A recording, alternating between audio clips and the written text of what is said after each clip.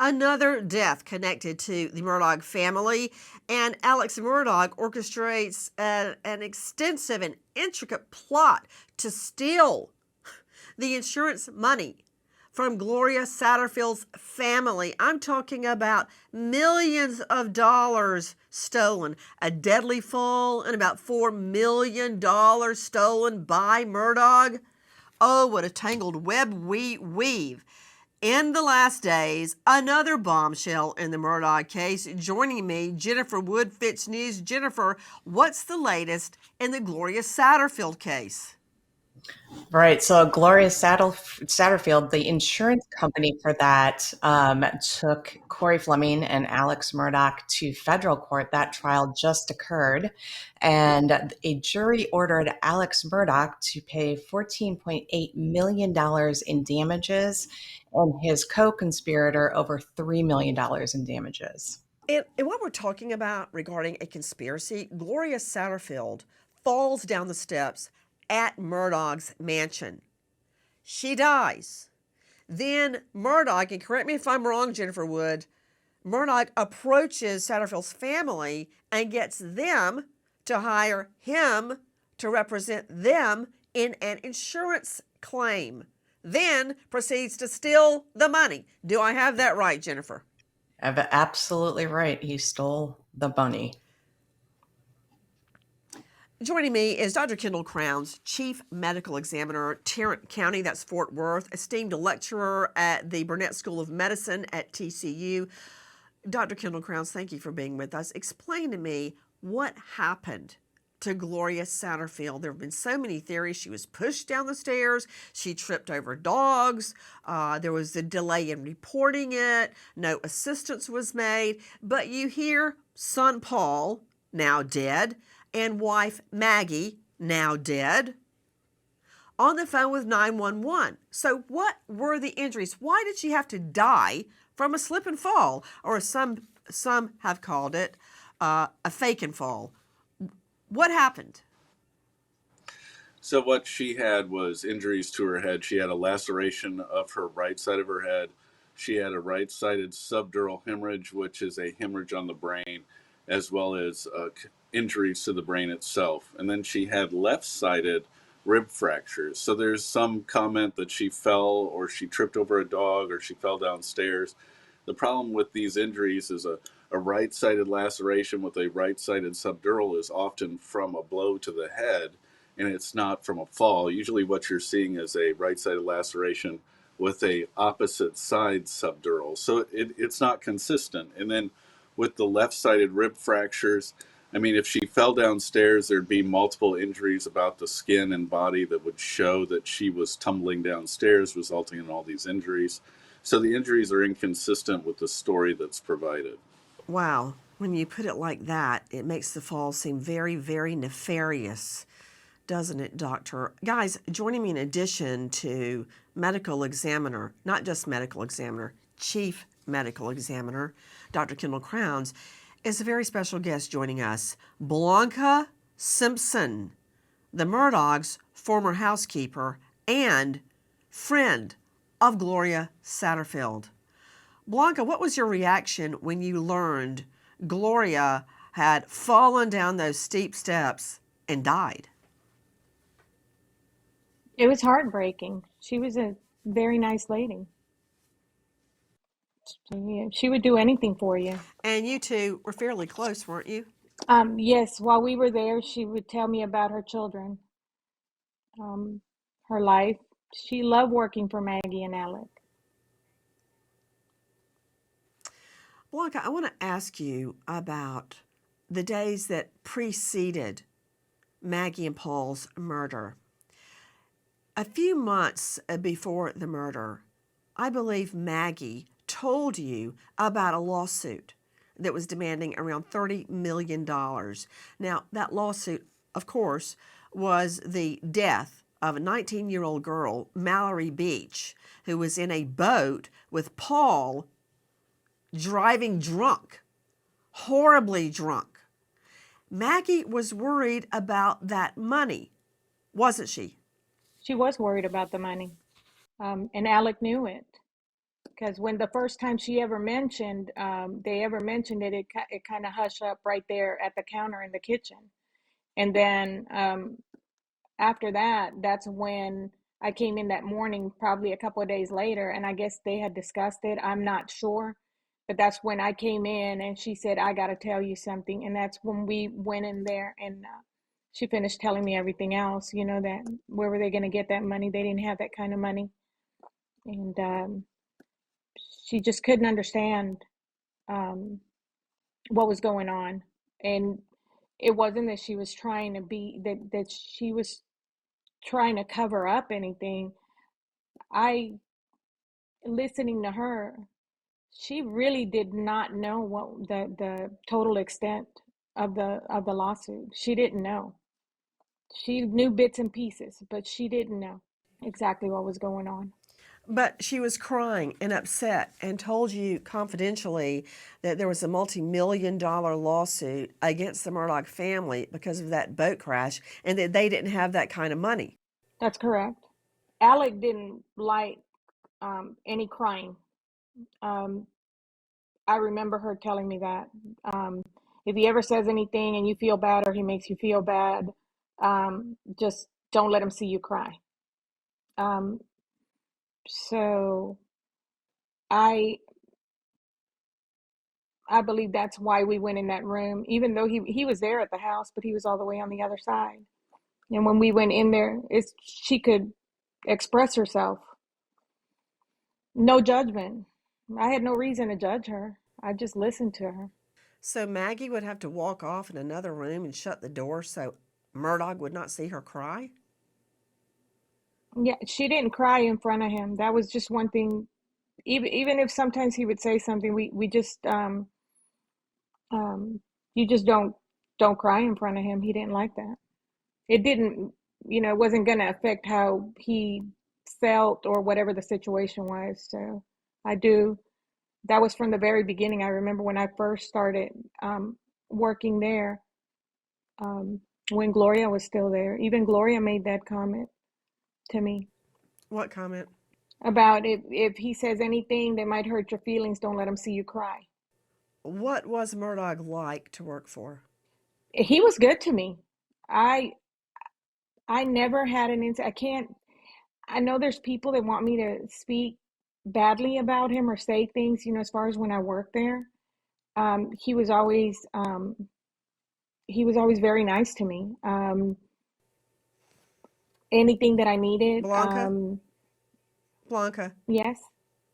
I want you to understand that I don't want you to say anything other than the truth. Because believe me, I've seen plenty of killers, stone cold killers, that had everybody else charmed.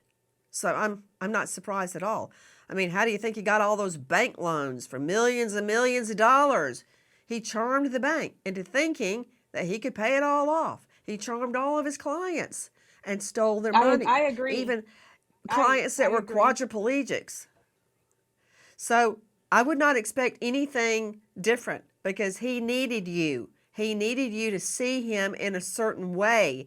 Now, I'm curious. Many people have told me, hey, that's not in evidence. That's not true. But isn't it true that the night of the murders, Maggie told you she had been called to the hunting lodge, Moselle. She didn't want to go because she was at the beach house and didn't want to leave yet. But Murdaugh called her and convinced her to come to Moselle the night she was murdered. She did, and I have the text where she said she didn't really want to go. I still have her text on my phone. Tell me what she said.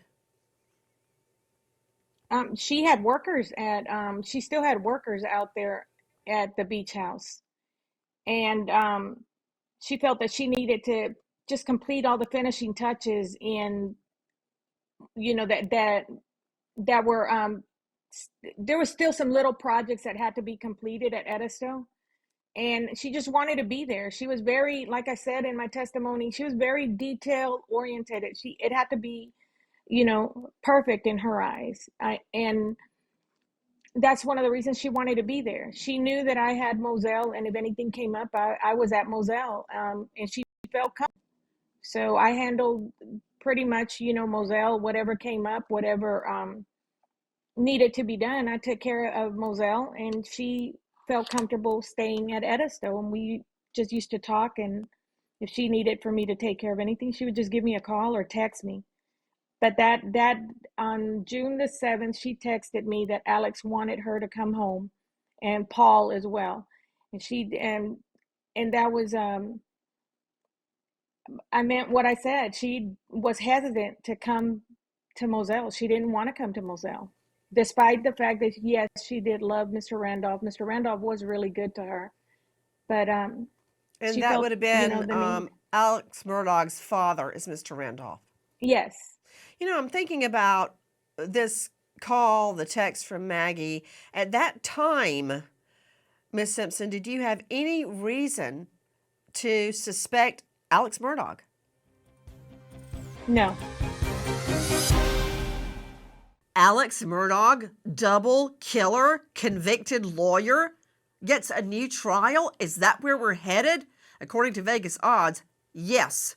Joining me right now, special guest Blanca Simpson, former housekeeper for the Alex Murdaugh family.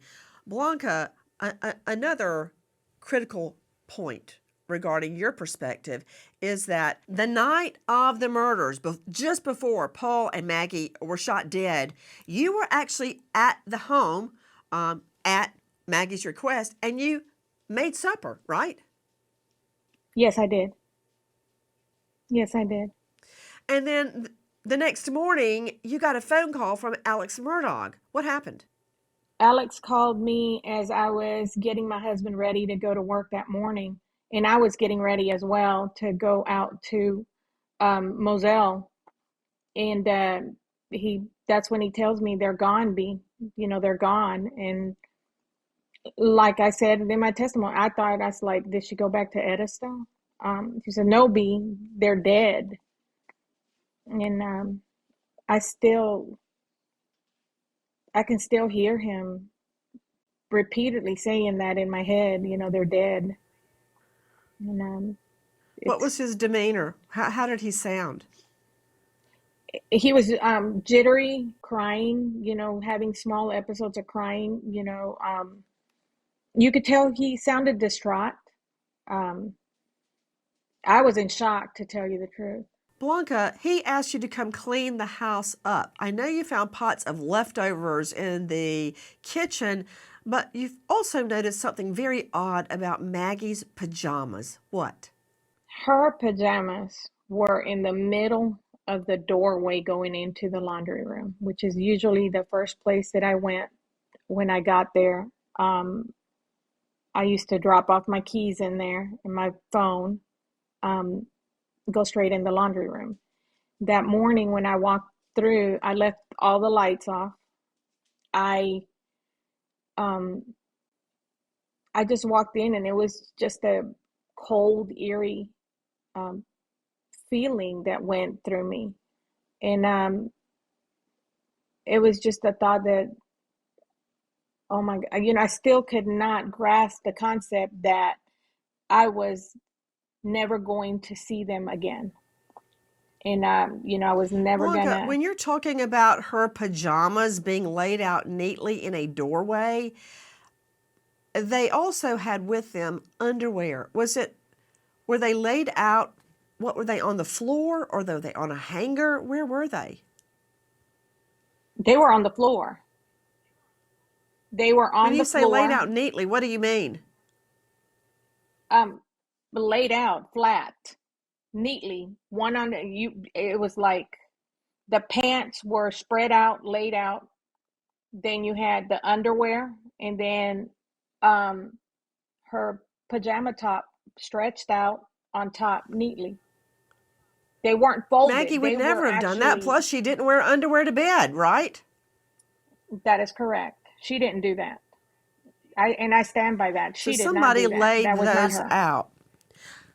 Several weeks later, Alex Murdaugh called you well, actually got together with you, and he was very agitated, pacing back and forth, asking you about what you remembered regarding the night Maggie and Paul were murdered. What did he ask you? He was pacing back and forth in the living room, and he kept going back and forth. He's like, "Sit down, B, sit down. I got to tell you something. Something's not right." And he said, I got a bad feeling. And at that point, he motioned and he touched his stomach. He said, "I got a bad feeling. I got a bad feeling." And then he says, "You remember what I was wearing that day, the Vinnie Vines." And like I said, I was kind of like, you know, no, that's not what.